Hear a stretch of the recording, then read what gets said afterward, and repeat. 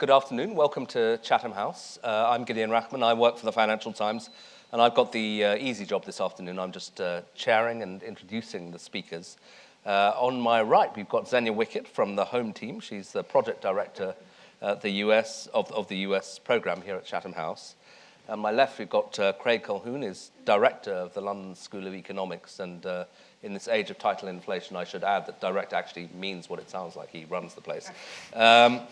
So the format of this is really pretty simple. Both Craig and Xenia will speak for about 10 to 15 minutes. So that's the first half of our program this afternoon. And then the second half hour is devoted to discussion and questions from the floor.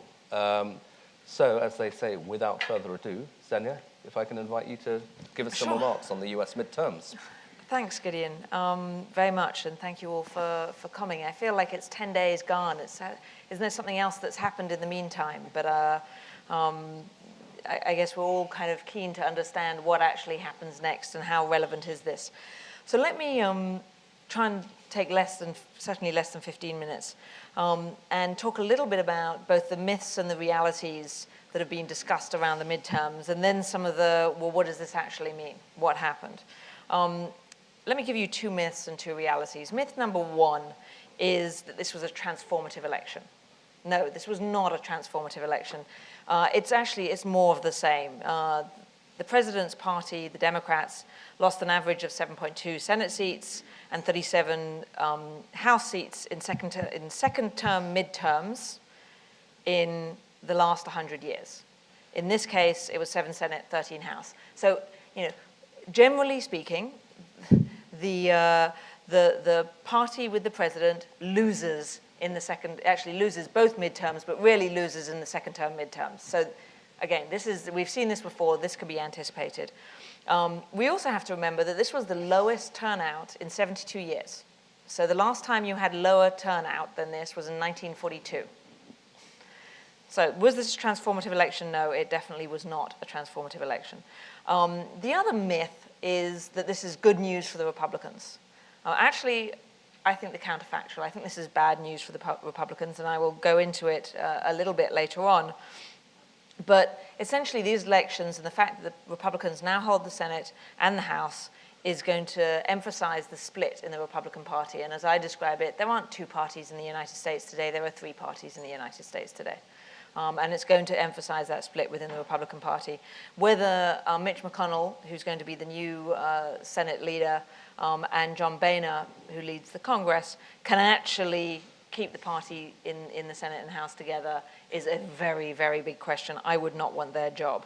The other reason it's bad news for the Republicans is because there are now going to be expectations by Republican voters that, and actually by some Democratic voters, that it's not business as usual in Washington. Things can get done.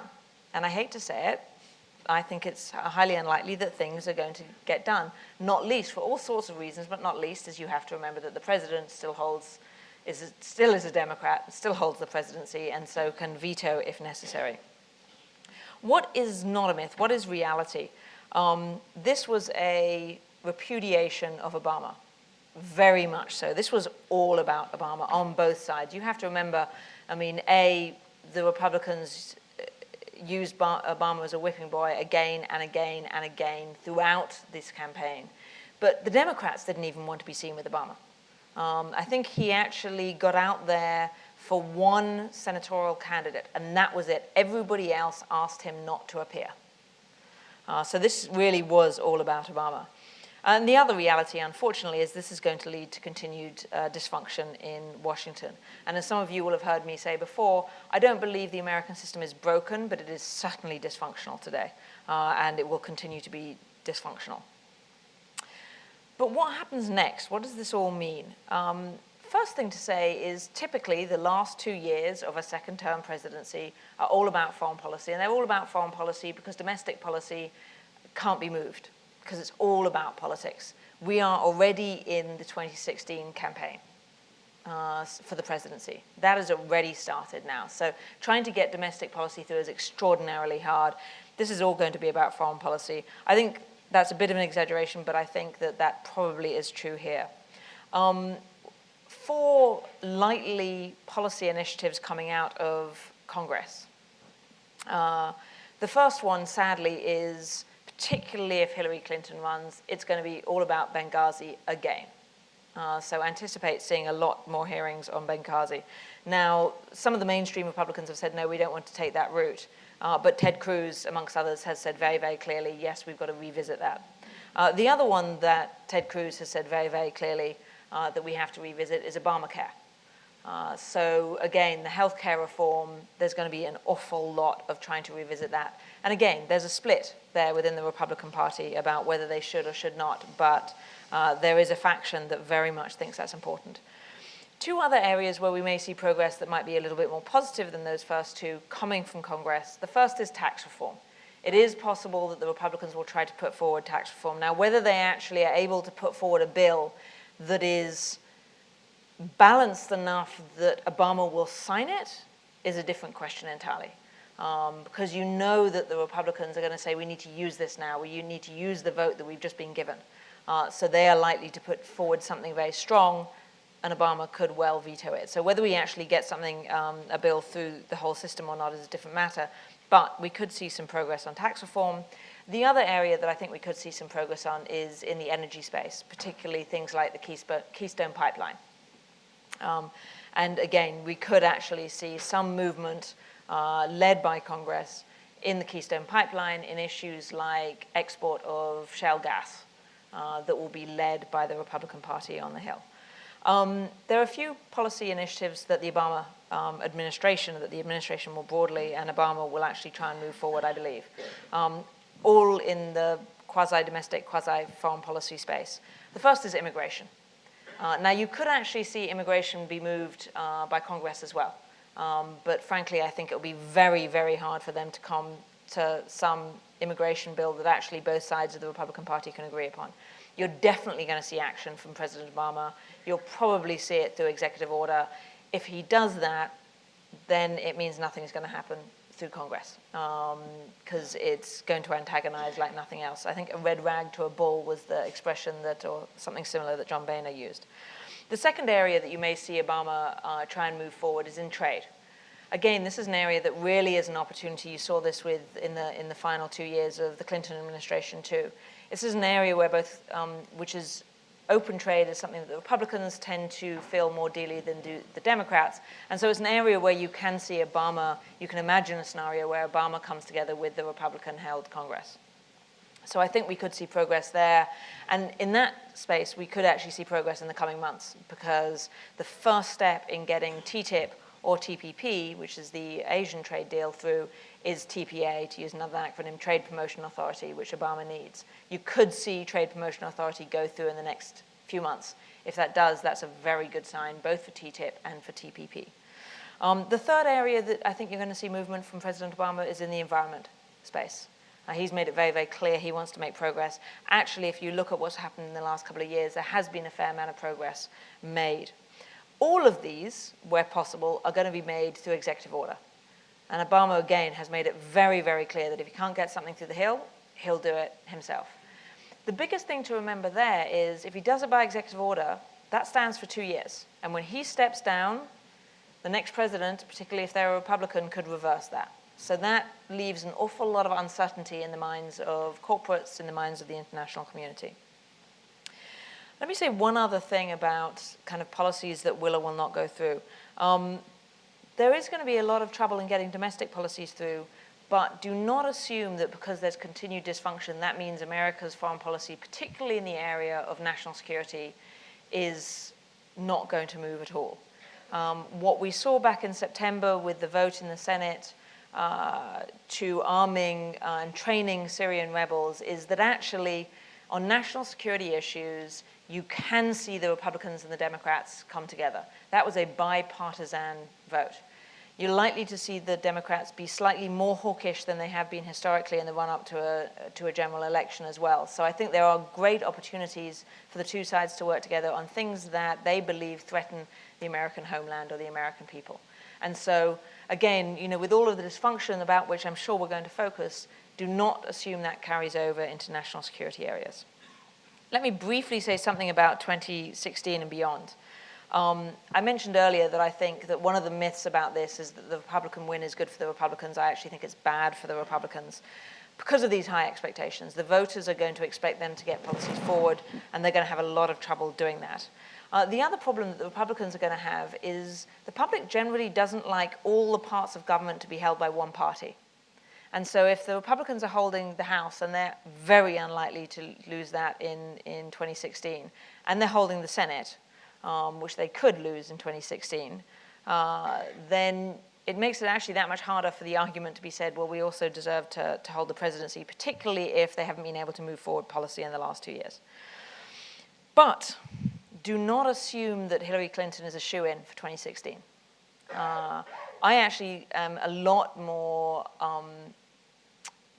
lot less confident that she is actually going to run, which is, most of the media talks about her being a shoo-in to run for the Democratic primary, and probably a shoo-in for the presidency. I definitely do not think she has the presidency sewn up, and I'm actually not convinced that she's going to run. We'll see that in the next coming months. She will leave it as long as she possibly can.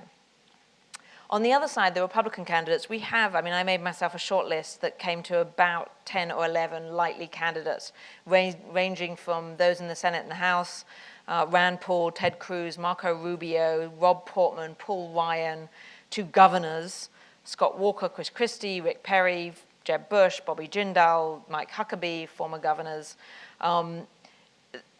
If they're running from the Senate and the House, will all be all about positioning themselves for 2016. So again, that's going to make the Congress more dysfunctional. But there is a vast range of Republicans out there who are likely to run. What does this mean internationally? And this is where I'll close. Yes, more of the same political dysfunction, partisanship, but yes, also some progress on international issues, whether it's in national security space, whether it's in trade, whether it's in energy. But do anticipate this. You're going to see, as you always do at this time of year, a very distracted America for the next 2 years. So if we want to get things done, it's going to have to be led by us, not by the United States. Okay, Xenia, thank you very much indeed. Craig, it's your turn now. Thanks very much. I could make this lots more interesting if I would lie.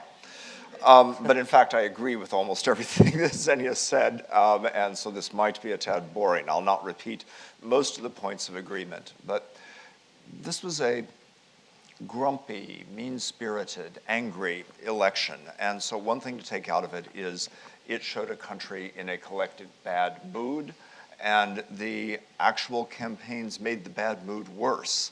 So although people won in the campaign, they didn't win in a great affirmation of what they stood for. As Xenia noted, the Republican Party ran against Obama, and it ran against Obama everywhere. One of the effective things they did in organizational electoral terms was achieve national unity in running against Obama, and they just ran clearly against Obama. They didn't run anywhere near so clearly for anything as they ran against Obama, and that's one of the challenges going into legislating and going into 2016. But the national mood question is not irrelevant. It's slightly puzzling, at least it puzzles people who think that with the economy recovering, and the US economy is one of the few bright spots in looking at global economic matters, that this ought to have translated into more sympathy for Obama. It didn't at all. That might be a little bit how Obama has made the case, but it is largely that the recovery is uneven, unequal in ways which were characteristic of the boom years before 2008 and remain true, and it means that a lot of people don't feel the recovery yet. The low turnout is also relevant to this, which is only pointed to, because it shows that a lot of people were perfectly prepared to have the Republicans win, but not so passionate that they were driven to the polls. There's not a sort of groundswell in this. There is a grumpy, resigned character to some of it and an anger to other parts of it. One thing Xenia didn't mention that I will throw in so that I can say I said something she didn't, is the issue of the cost of the campaign and the relatively dead issue of finance reform. The campaign cost nearly $4 billion. That's an enormous amount of money to spend on a low turnout, largely negative, uninspired campaign. This is due partly to failed campaign finance reform over a period of time, partly to loosening of the rules on corporate donations a few years ago, 4 years ago. And the result is something that Xenia did mention, which I think is that people are running for either re-election or their next higher office from the moment they win, even before they get sworn in. And this is another reason not to expect very much strong action from the coming Congress. I think that we've created a system where it costs so much to run that fundraising is the first job of every congressman. What people point to when they point to the campaign finance issue is that most people in office are well off, and that's true, but I think that's not the really significant point. The really significant point is how they're spending their time, and they're spending so much of it on fundraising, and that they're building a web of relationships in that which hamstring them in terms of a variety of important issues, which make them more dependent on lobbyists because they're spending their time fundraising, not developing expertise on issues. So many bills start out as lobbyists' desiderata and get marked up and changed, but the ability to really play the critical role of legislators is undermined. There's also the sheer polarization. It's not that this has never happened before. It has happened before, but it's pretty strong. The Republicans and the Democrats are pretty separate, not just on the issues, but geographically. This is reinforced by gerrymandering that's gone on in the last few years, the redistricting, which has made districts more secure for particularly Republican incumbents and shaped this, but which has produced a clearer geography of this. That has the odd effect that there are all manner of Americans who never encounter people with really different views from theirs on this. So Republicans who live without running into many liberal Democrats who live without running into many conservative Republicans. And the polarization isn't just in Washington. It's actually a sort of layout in the country to some extent that makes it hard to figure out how a center will get rebuilt. In the Republican Party, exactly as Xenia said, there are splits, though I'd add to it, it's not just split in two. There are multiple partially coinciding splits. So there's a mainstream and fringe split between people who are more clearly career politicians. And so people like Mitch McConnell, like John Boehner, are, whatever their ideological positions, long-term politicians interested in making things work. This means that they're more interested in making deals, and they are leaders in a position to make deals. But there are a lot of people who have not been career politicians, or even if career politicians come from fairly fringe positions, and are more interested in their ideological stands. And that's reinforced by the fact that in Congress especially, they're up for re-election almost immediately. So they are grandstanding rather than looking to make deals. And this is a challenge for the Republicans. The Republicans made it harder for themselves in one sense by a move that has been effective in other ways when they were more in opposition. And this is by deciding that they would not split their votes in Congress, effectively that any bill that was going to get the support of any Republicans had to be agreed by a majority in the caucus. And this means that it's harder to get bipartisan support than it would be otherwise for movement going forward. So this is going to be a difficulty for the Republican leadership. I think the Republican leadership actually would like to show itself effective, so that the McConnell-Boehner top end of Republican leadership in both House and Senate has a strong incentive to find a way to work with the administration and a way to get legislation passed and a way to confront some of these issues on the agenda. I just think they're going to find it extremely hard on their own side to do this. We have further just sort of structural issues like the way the veto works in the Senate now, that the potential to filibuster remains relatively unimpeded, and what it means is that it only takes 41 votes to essentially block action. And it doesn't happen very often, but it's threatened a lot. And when people do the counting of votes and they sort of see, oh, there are 41 votes there out of 100, that's enough to block anything, right? It's not enough to have 59 out of 100 in favor of it. You can't do something at that level. And it's worth recalling of the US constitutional structure that it's 2 senators per state, even tiny states. Larry Sabato, a political scientist at the University of Virginia, calculated that, Chicago now, calculated that states home to just 11% of the population hold the capacity to block any legislation, so that you have a extra sticking factor there that will give legislative difficulties even to the seemingly strong Republican majority. Then you add in the issues of the Tea Party, which has become a name for not an organization, but a variety of people who are willing to stand in a way that who are willing to lose elections in order to take strong stands. And that's not the position of Mitch McConnell or John Boehner and so forth. They're a large body. They have slightly different views. And then there are the libertarians, Rand Paul and co. So the people who are going to be troublesome to the Republican leadership come from various different positions. Some of them are calling for legalization of marijuana and a variety of libertarian initiatives that are hardly the stuff of Republican conservatism.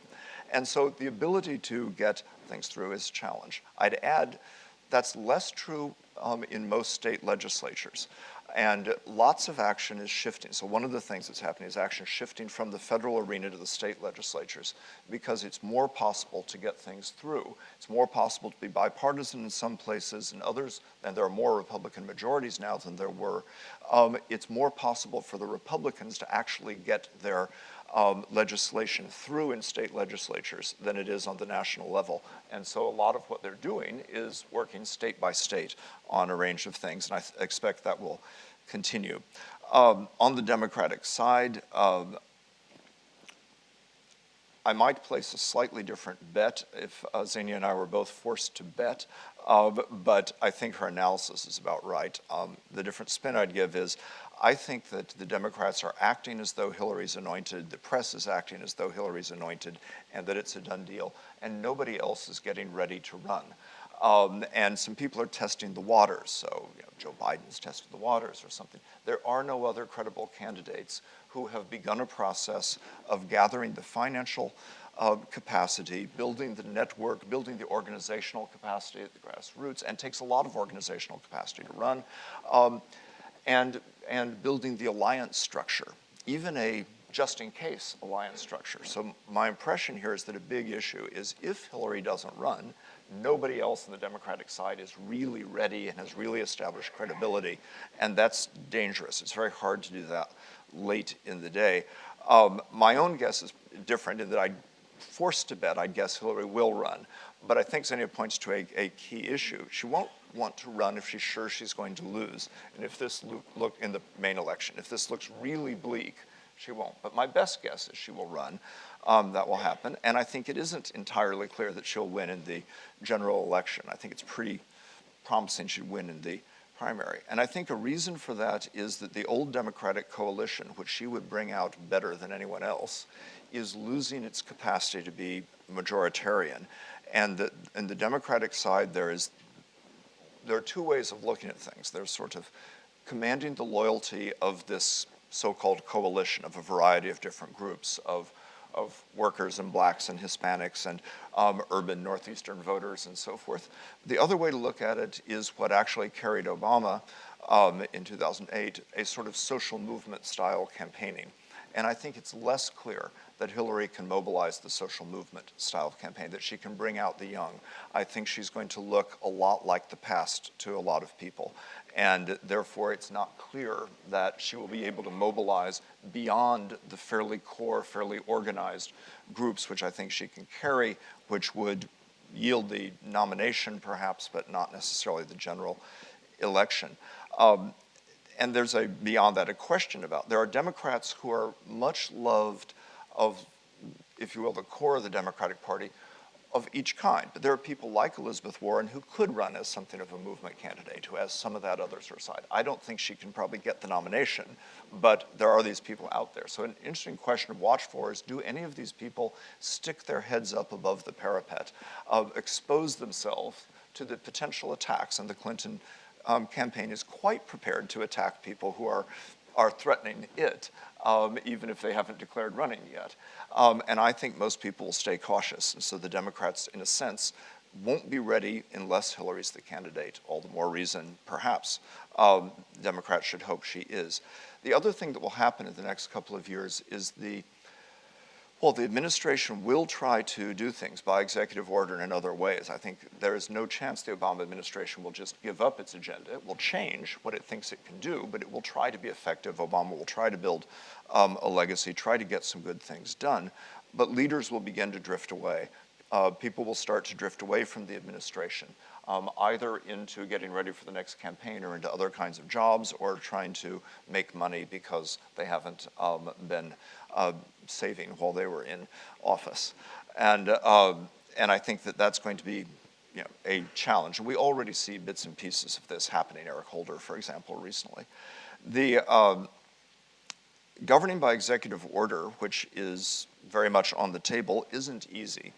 Most stuff is hard to do by executive order. So it's not only time limited in the way that Xenia said, it's not as easy to get a wide range of things. And the Republicans do have some capacity to act counter to executive orders and could potentially muster strong enough majorities to do that in some case. But also, this works best on fairly focused things. So if you have a really well-focused issue that isn't terribly costly, so it doesn't need a budget allocation, then executive order can work. But if you need a budget allocation, or if it's a fairly broad platform kind of issue, as migration largely is, it's harder. So what is on the agenda and what can happen? There will be attacks on healthcare, on the Obama healthcare legislation. Whether they will succeed is unclear, either in the courts or in Congress.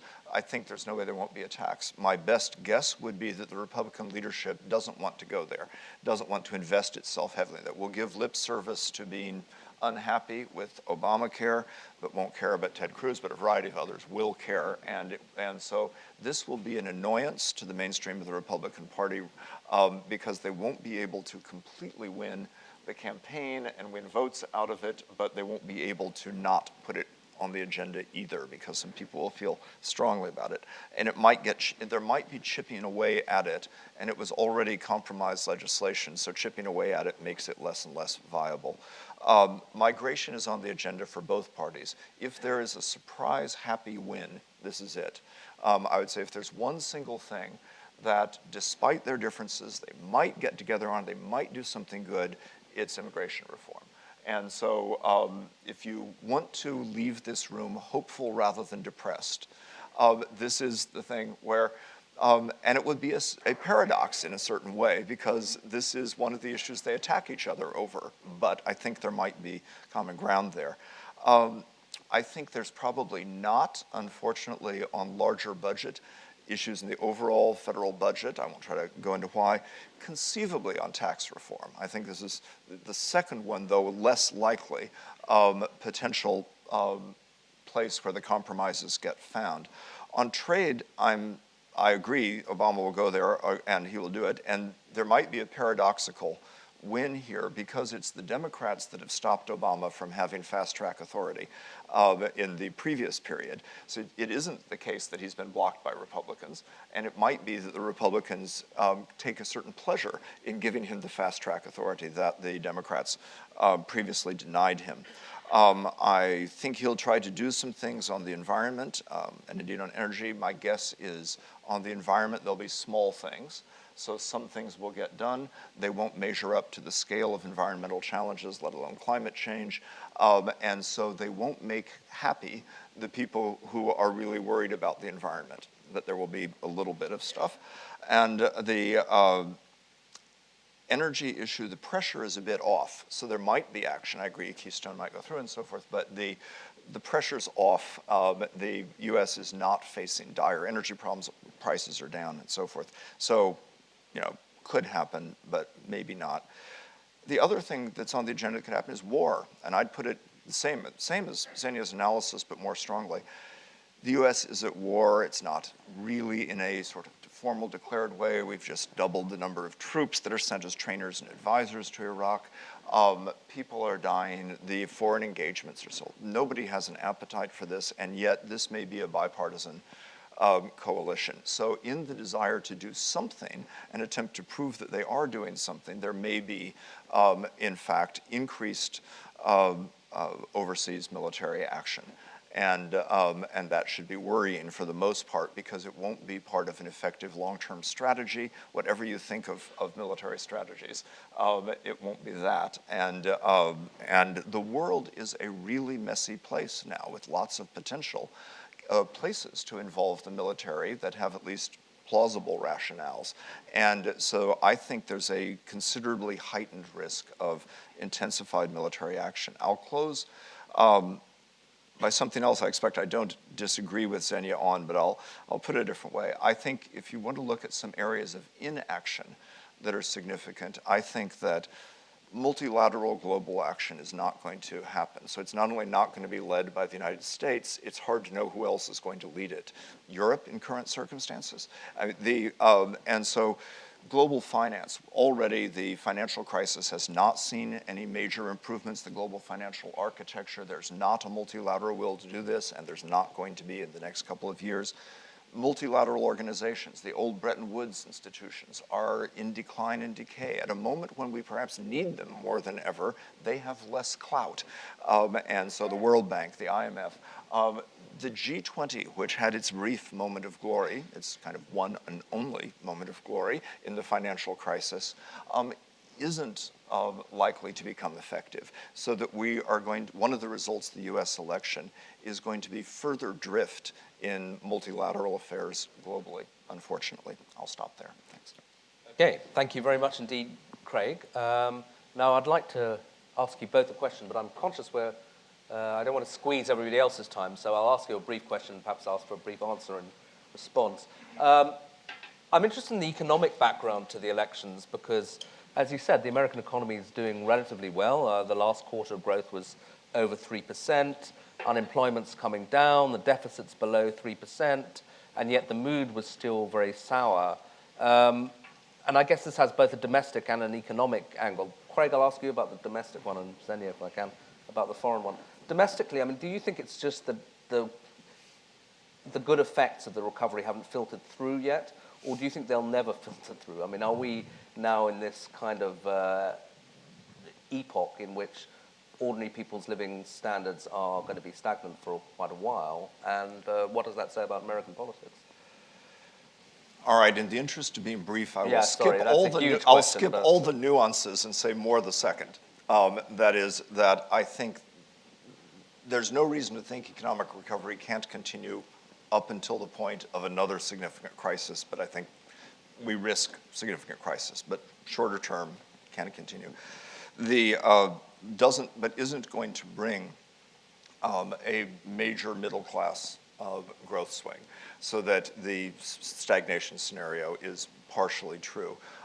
The markets are awfully optimistically priced at the moment, and so just continue to live on that is a problem.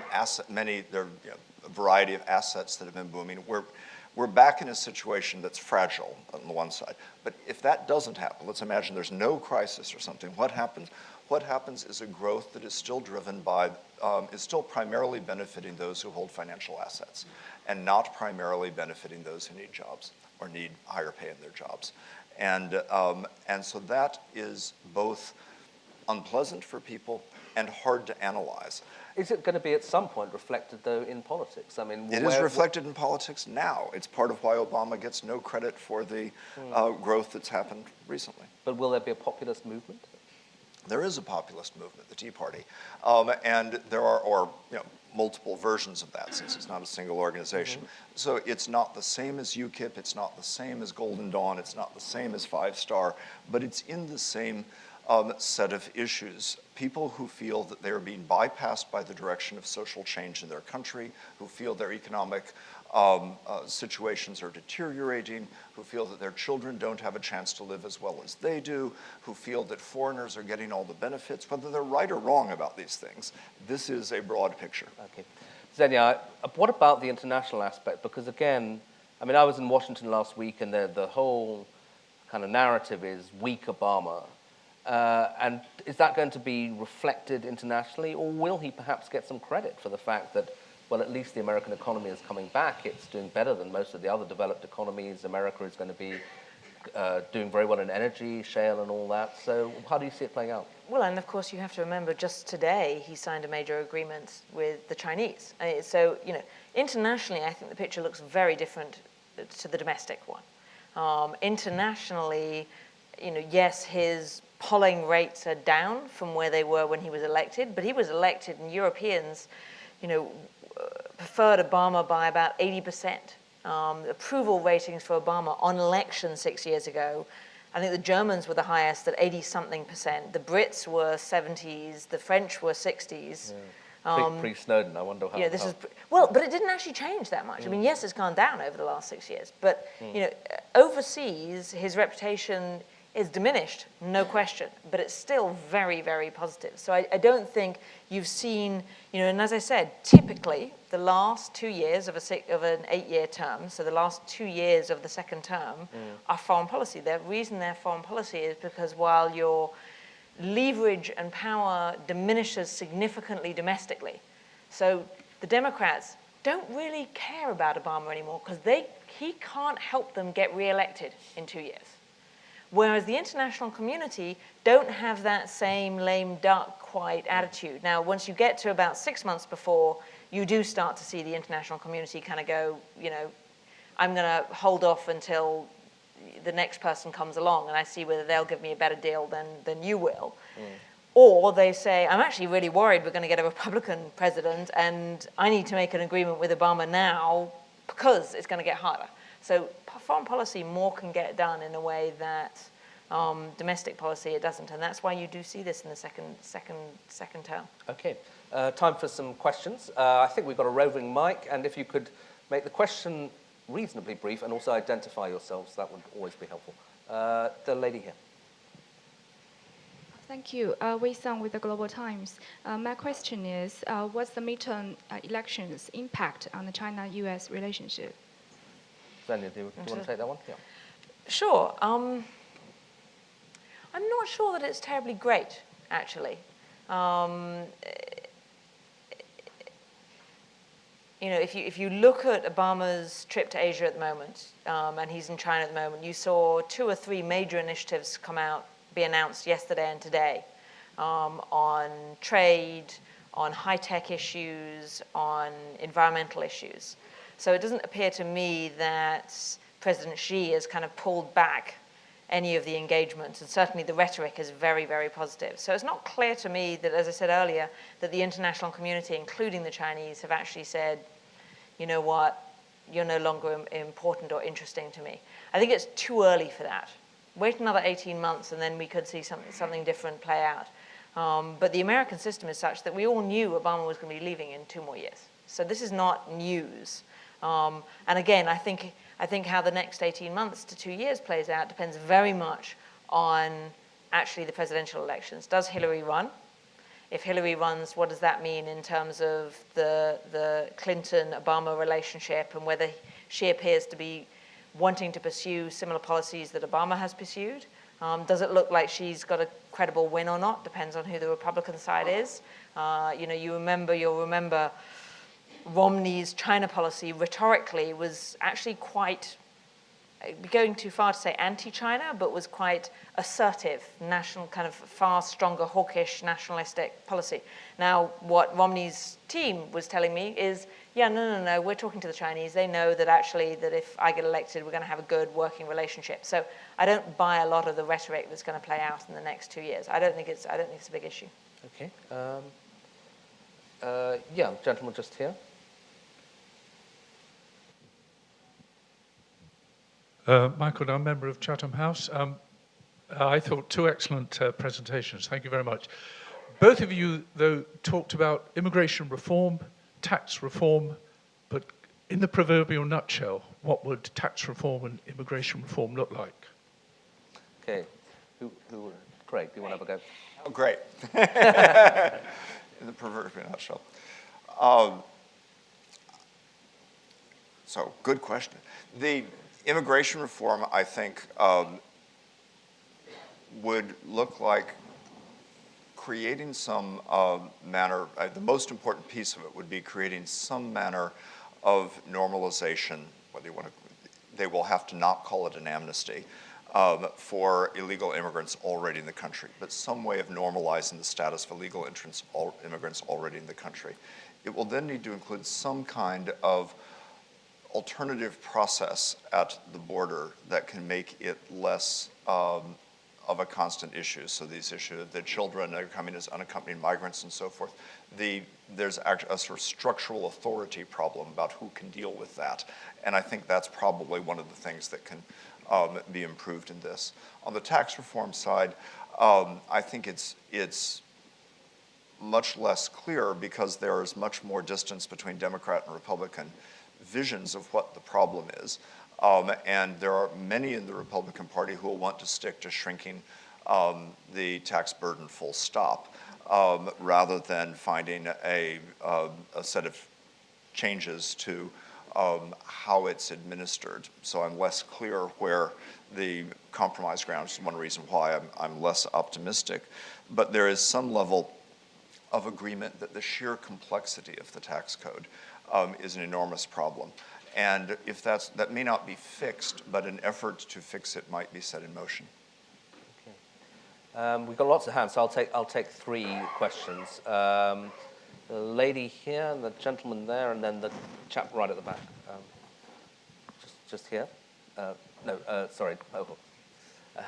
Okay. Whatever. Somebody grab the microphone and ask a question. Sharmila Whelan from Asianomics Group. What's likely to happen to Obamacare, and what are the options with the Republicans? What are they likely to do there? What can they do? Okay. The chap in the row just behind, over there. Just at the end of the road there. He's got his hand up. Yep. Phil Bodrock, retired management consultant. One name that I haven't heard mentioned was Vladimir Putin. And John McCain will undoubtedly be the chairman of one of the important committees in the Senate.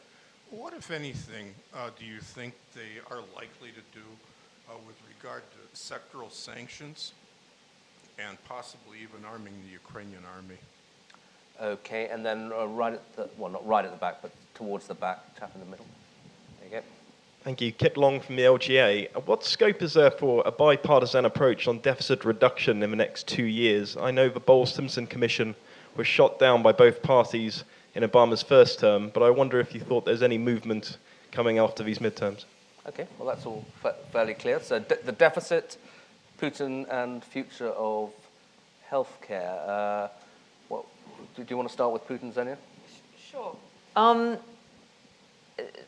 Let me kind of split it into two parts. I mean, the conversation often very much centers around Ukraine and what's happening in Ukraine. That isn't the problem. So, I mean, I'd almost split these two into two very different sections. You know, Ukraine, there's a fundamental challenge taking place in Ukraine in terms of governance, in terms of institutions. That's been a challenge that's been taking place for many years now in terms of financing. The issue with Ukraine isn't so much about arming the Ukrainian army. The Americans and NATO more broadly has been doing a lot in terms of training the Ukrainian military over quite a number of years now, with clearly an effect that is subpar or lower than expected or lower than hoped for. I don't think that's the issue. The issue with Ukraine is really about money. The Ukrainian economy is in dire straits, and the question is can we come together with a package as the EU has tried to do? Is it going to be enough? to keep the Ukrainian system rolling, and then to keep it rolling enough that you can actually start creating some stable institutions through which you can govern, through which you can cut down on corruption, et cetera, et cetera, et cetera, to set Ukraine on a positive path. That's one set of questions. Actually, those are the kind of problems that we deal with all the time. They're not easy problems. In fact, they're very, very hard problems, but we kind of know what we need to do.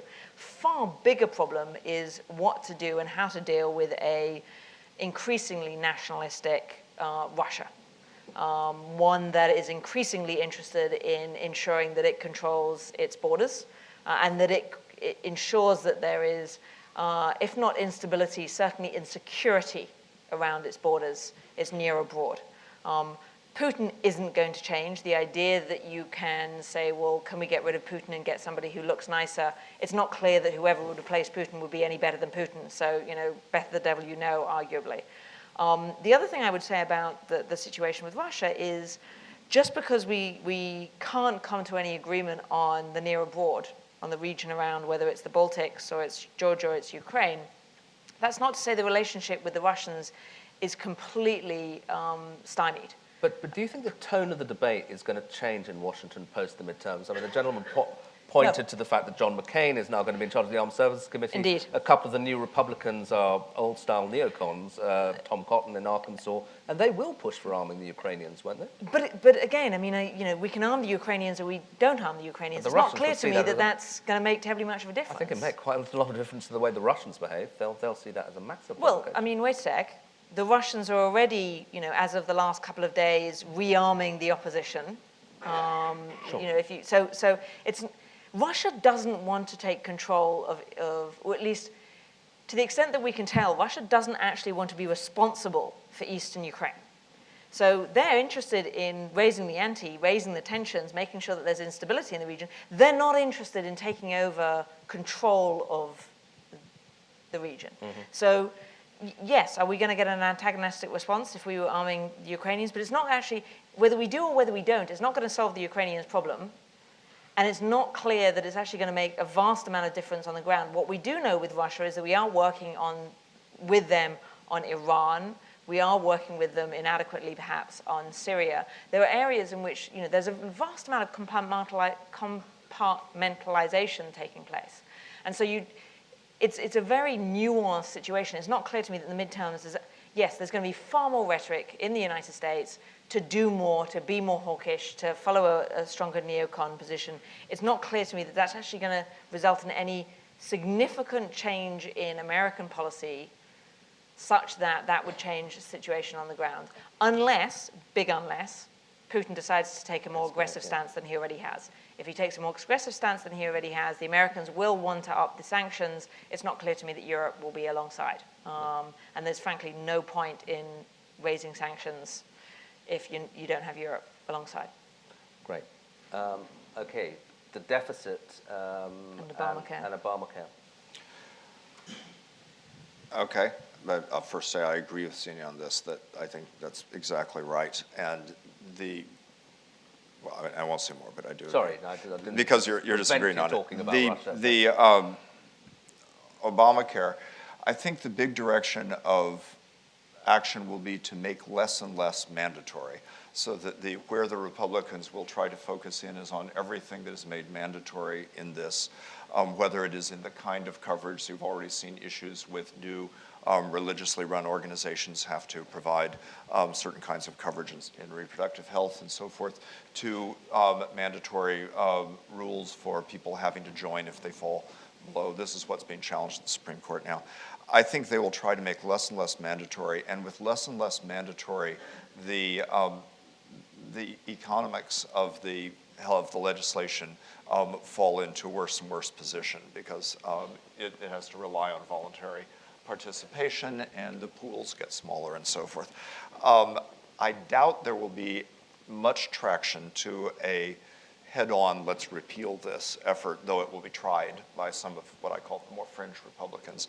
On the deficit reduction, I'm dubious that it will really get front-burner attention, let alone successful action. Partly the same thing that you've already seen, as you noted, but partly it's painful to reduce the deficit. And getting the people to come together around actually making the decisions to cut the budget to reduce the deficit, other than in the kind of omnibus, we'll close down the government model, right? Where you're not earmarking the specific cuts you're going to make, you're just sort of saying, we won't do anything, and putting it all on the administration. I think they won't be able to do that as easily. They won't have the opportunity. And so they would have to take on, the Republicans, the task of figuring out where the cuts came from. And that's not likely to happen during the period of the next 2 years. Great. Okay, we've got time for... Can I just quickly say, one thing you will see with McCain taking over the armed Senate is he's going to push incredibly hard to stop the sequestration, i.e. the cuts in defense spending. Yes. There's going to be a huge push on Military, that cuts to front. military spending. Yeah, Okay. sorry. Time elapsed only for probably 2 more questions. Mary Dejevsky, just there. Thank you. Mary Deshevsky, former Washington correspondent. I'd like to ask Xenia the really banal question. I share your doubts about whether Hillary will run, but if you were compiling her possible list of why and why not, what would it look like? Okay. And just the gentleman just in the middle there. Yep. Just, there's a mic just here. I agree with you. Sorry, can you say who you are? Nick Audiello, a student at LSE. I agree with you that the system's not broken and that it is dysfunctional, but how long do you think the dysfunction is sustainable? Some of us can be dysfunctional forever. Okay. I guess the Hillary one was for you, and so why didn't you answer that, Xenia? And then... Depends on who you are. So if I were to put myself in, let's pretend that I'm Hillary. That's a leap of imagination. I've lost once, so unless I'm pretty confident I can win, I'm not running again. I mean, that's where it really comes down to. Does she want to? Does she feel she can be the president? Absolutely. I think there's little doubt about that. Does she feel that, we were talking earlier, she's going to be late 60s, early 70s. Does she feel that she can manage it? Absolutely. Anybody who saw her here at Chatham House back in, I think, October of last year, so this time last year, there's absolutely no doubt that this woman can handle everything you throw at her. And that was, I think, the consensus opinion from everybody, whether or not you're Democrat or Republican. She's very smart, and she still very much has it together. So does she want it? Does she think she can do it? Does she think she's going to be the best candidate on the Democratic side? Right at the moment, I don't see any other really strong candidates. So yes to all of those things. On the other hand, does she want to lose? Again, no, definitely not. The probability of her losing depends on whether she can get out an awful lot of the votes that Obama got out. I actually am pretty optimistic. I think that she can get the black vote out very much. It's more that her husband is getting the black vote out, and she's kind of carrying along with that. She can get out the female vote. Much as 6 years ago, I remember the debate in the United States was, is America ready for a black man to be president? This time it will be, is America ready for a woman? Yes. I mean, it was yes then, it's yes now. Some people aren't, but the vast majority, it's not going to affect the polls. The real challenge that she has, 2 of them. One is that because she is the shoe-in candidate, that actually puts her at a significant disadvantage. Because if she runs, there's not going to be a credible primary, that puts her at a real disadvantage. And I think that she's not going to be tested. You're not going to get all of those bad arguments out early on before the election campaign. I think that that's a cost to her. So that's a real problem. The other problem is she is still incredibly divisive. So people, she will enthuse some people. Other people will come out because they just hate the idea of there being another Clinton, and that specifically being Hillary Clinton. And I think that that's a problem. And the question is that does she enthuse enough people to counter those who just say, that is repugnant to me and I'm going to do everything in my power. I think it's going to be really close. In the end, she can afford to wait until the Republicans say who's going to run. If Jeb Bush... What, all the way till the Republicans have a nominee? Not until they have a nominee, but she can wait until she sees who's coming forward. So, personally, I think if Jeb Bush runs, it's going to be a really interesting campaign. Bush versus Clinton. I mean, it think I've seen basically that somewhere takes, before. well, exactly, it takes out the names. So suddenly you lose the Clinton-Bush thing. I mean, and you know, Jeb is quite conservative, but he's very centrist. He's very smart. I mean, he would be a really formidable candidate. Rand Paul, I actually think, is a pretty credible candidate and gets a whole, he's not like his father. He is far more centrist. I mean, there's some really good candidates. She's going to wait until she sees, you know, who comes out, and once she knows that, I'll stop. Yeah, we've just got a couple of Yeah, minutes sorry. left for Craig to chip in on Hillary if you want to, and also solve the problem of dysfunctionality and whether it matters. So mostly I agree on Hillary. I think each of the potential Republican challengers gives her a different problem. So Rand Paul will get a segment of a young vote and will look modernizing in a certain way in sort of tech California constituencies and things like this. And that's less of an issue if it's Cruz or something. That's not the problem. There are different sorts of constituencies, but then Hispanics are in play. Though I wouldn't bet against Hillary is the bottom line on this, and certainly not in the primary, not in the general election either. But she is a hate figure like Obama. That just beyond all reason, just people. There's a segment of people who just hate her, viscerally. And that's a risk. On dysfunction, I think sadly dysfunction can go on a very long time. And I think this is actually a point to make about Russia as well, that there is no guarantee that dysfunction or the pain caused by sanctions, and Russia has an element of each of those, will topple the government. I think there's every reason to think that the problems can be serious and yet go on because it's having a viable alternative that produces the change in a way. And so I think in the US case that the incentives to deal with the dysfunctions have to get stronger. The dysfunctions will get stronger. They've been getting stronger for quite a while. They will keep getting stronger. The difficulty of getting business done will weaken the US, will weaken US global leadership. People will write op-eds in the New York Times about this. But the incentives have to be there for actual politicians to change that or for elections to be run on different issues in a way. And it will take somebody bringing forward some real alternatives, I think, to get major structural change in this. And I don't see that yet. I'm going to quickly take the prerogative. I'm actually less pessimistic than that. They often talk about California being kind of a presage of what comes across the rest of the United States. I mean, Jerry Brown's going to run again for president. Look at California. California has just changed how it draws its districts. Yep. And it does so in a nonpartisan way. They've changed the primary system, so the top two, everybody gets to vote. You don't get to vote for a Republican if you're a Republican, and you get to vote for a Democrat if you're a Democrat. Everybody gets to vote on all candidates. Top two go forward to the election. I mean, they're doing an awful lot of, those two changes alone will change the way people are elected in California and will change the partisanship.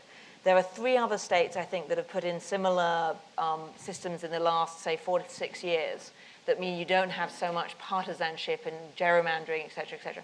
I actually think change could be upon us. Institutionally, that will change the incentive structure that make America an easier place and a less dysfunctional place. It's still going to be 15, 20 years, but I think the pieces are in place. If that time frame with you, and states leading, I agree with that. States are the units of government that can actually get things done right now, and to some extent municipal government in big cities. And so action there could trickle up. Good. Well, we're always told to try and end on an optimistic note, so let's stop there. So Craig, Xenia, thank you both very much, and thanks for the audience. Thank you. Thanks, Jim. Thank you. Pleasure.